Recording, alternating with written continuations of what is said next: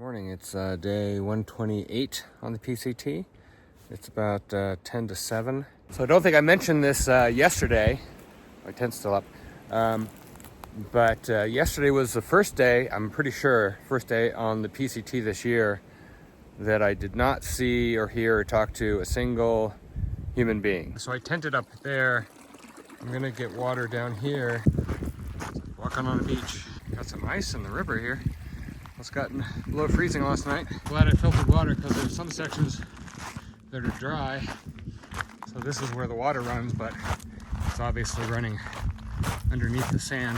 Hiking in the dry creek bed is pretty fun. I've been hiking a long trail. Those whole sections, sometimes almost even entire days or certainly hours, we can almost turn off your brain and, you know, it can become meditative. Or it can become robotic. You know, you don't have to think so much about the trail. You don't have to focus on it, especially places like my big days in Oregon. The trail was so smooth and easy. Not a lot of challenge in it. So your mind can drift, and you know that can be a good thing if you're meditating or thinking something positive. It can also turn dark. You can end up ruminating on, you know, people who've wronged you in the past and things like that, which isn't healthy. Which is why sometimes on the long trails I will listen. I don't really listen to music. I don't download a lot of music. I listen to audiobooks to keep my mind distracted. But hiking a section like this, your mind's much more engaged. Requires some focus. You know, there doesn't seem that dangerous, but you know any step could break an ankle, no matter how strong your ankles are. So you don't want to get too complacent. One of the interesting things is no matter which path I take, I see footsteps, so people have tried everything. I just saw a lizard. Lizards probably love this spot with all the rocks. But the official PCT crosses Mission Creek multiple times, like at least 6 or 7 times. I don't know where, because I'm not following it. I'm not really paying attention. So sometimes the official PCT is on my right-hand side, sometimes on the left-hand side. Doesn't really matter. A lot of it got washed away. Like some of this could have been where the PCT got cut away, I don't know. But there was a huge heavy flood last summer, or summer a year and a half ago, summer of 23. And it was flooding above where that cliff is, just cutting a swath through this whole valley. With all the rocks you can see, you know, these rocks tumbling through the water are going to do a lot of damage, scraping the dirt on the cliff sides. And so I assume this is a lot wider than it was, or significantly wider anyway, than it was in 22. Now this is more of a floodplain than it was, because they got probably record high water down here when Hurricane Hillary came up Mexican coast. I think it hit Baja California, and I think it was a tropical storm by the time it hit Southern California here. And even did some damage in the Sierra, so that was quite a storm for the Pacific. Unusual. I've lived in Los Angeles for most of the past, I wouldn't say 30 years, more than 30 years. And that's the first hurricane I can remember really affecting the Los Angeles area. You know, there's occasional tornadoes and stuff, but you know we're not the East Coast, so we don't tend to get tornadoes and hurricanes. But it can happen. Anything can happen. Weather's changeable, unpredictable, and I see signs of it all around me. Another thing that's nice to see is these trees that are in the riverbed, because those are older plants, obviously. Some over there, so they survived the flooding. They were strong enough to withstand the pounding of the rocks and the mud. Okay, it's almost 9:30. Got some trees up here. Looks like it might be a good place to take a break. No tent spots in here, but a little bit of shade. Got a nice little flat rock. I think I'll sit here for 5 or 10 minutes. You can see up above the cliff all those blowdowns, well, those are actually, they have to be driftwood from the flood. You can see how the creek actually bends around, looks like it does a Z. You know, there's a canyon in there. So it takes a hard left here, and the water level must have been high enough that all those logs, which were driftwood on the flood, got deposited there. So you can see how high the water got to, well above, you know, this little cliff here. So as it makes the bend here, it deposited all that wood. Now the question is, where'd it come from? Because you don't see, there's no trees around here. These are not local blowdowns. Trees are, I don't know, 20, 30 miles back. I can see some trees at the top of that hill back there.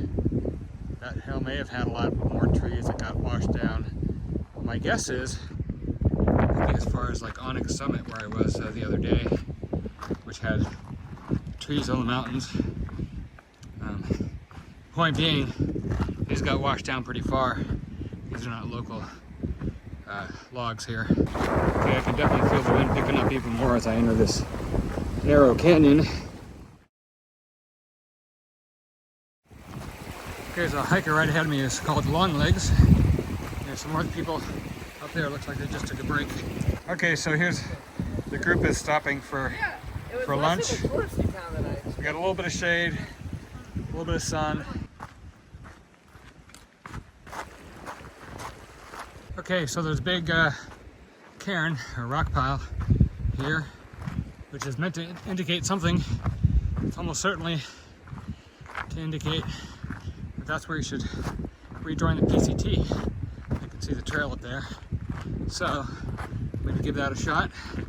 I did a section of the PCT about a mile back, but it was washed out, so I had to double back a little bit, get back down to the creek bed. Exited too soon, so hopefully this will be a good exit. I was talking to the other hikers, and the general consensus has been that the Mission Creek section was pretty fun for most of us. So something different, something a little challenging. Here the hikers are doubling back, so I think maybe we have to go back down. Now we're back up on the PCT on the other side.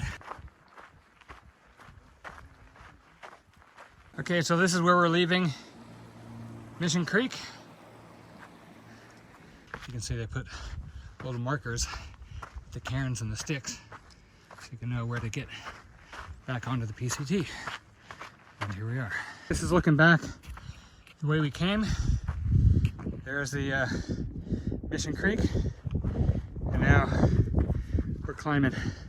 Okay, down below on the trail, you can see there's 4 other hikers beyond that bush that has my shadow on it. They're the ones we were hiking with.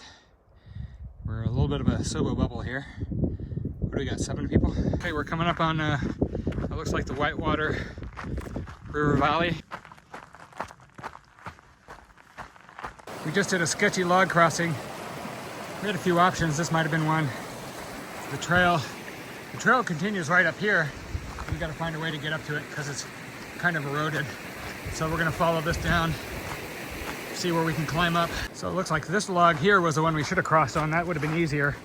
And he hiked up there, so that's the trail. Okay, it says PCT North Canada 2,444.9. That's pretty specific. Mission Creek Stonehouse. We didn't see the Stonehouse, did we? Whitewater Preserve, 0.5 miles. Hikers welcome. That's us. Okay. We're going to do that. But why don't they say like PCT South? PCT North to Canada, 2,444.9. They don't have the South. We have to go across this little bridge they made for us. So they said hikers welcome, so they're definitely making it easy for us to cross the bridge here. And that must be a brand new bridge post the storm flooding. Let's see. Yeah, pretty nice. And so we got about half a mile to go to Whitewater Preserve. They've built some cairns here. They built a nice little path. We got a little off the path, but we figured out the cairns are telling us where to go. So Pretty nice. I see a stand of trees down there. That might be it, or it might be farther down from there. Okay, here's our first palm tree. Whitewater Preserve. To preserve the beauty and biodiversity of the earth and to provide programs so that children may know the wonder and joy of nature. Help us protect the California red-legged frog, etc. Enjoy the wading pool. Pond closes at 4:15, so it's closed now. Let's find the visitor center. So here's the pond.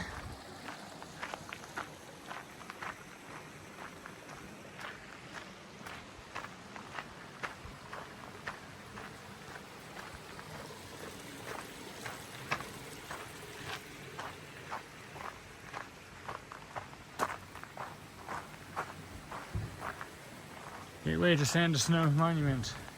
Stay in touch. Whitewater Preserve. Regulations. This must be the visitor center. Okay, so there's a basically desert tortoise back there. But you know, they can wake up and come out and eat if they need to, but yeah, they're basically mostly asleep in the wintertime. And the tortoise has a name? Her name is Claudia. Claudia. So we're allowed to camp anywhere in here. We got bird feeders back there. Yeah, I'm gonna go to the left here.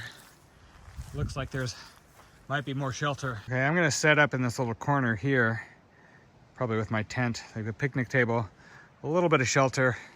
I don't know which way the wind's gonna come from, so it's exposed on this side.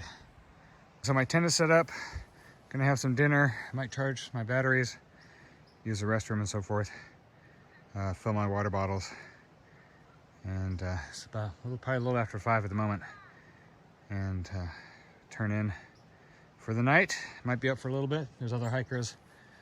I don't know if we can see them. Some people cowboy camping, some people setting up their tents. Now because of the grass, it's going to be some dew in the morning. There'll be some condensation, so I expect my tent walls will be wet inside and out in the morning. Temperature should be in the low to mid 40s tonight with maybe some gusts of winds. I've got a little bit of protection here. Some trees and so forth.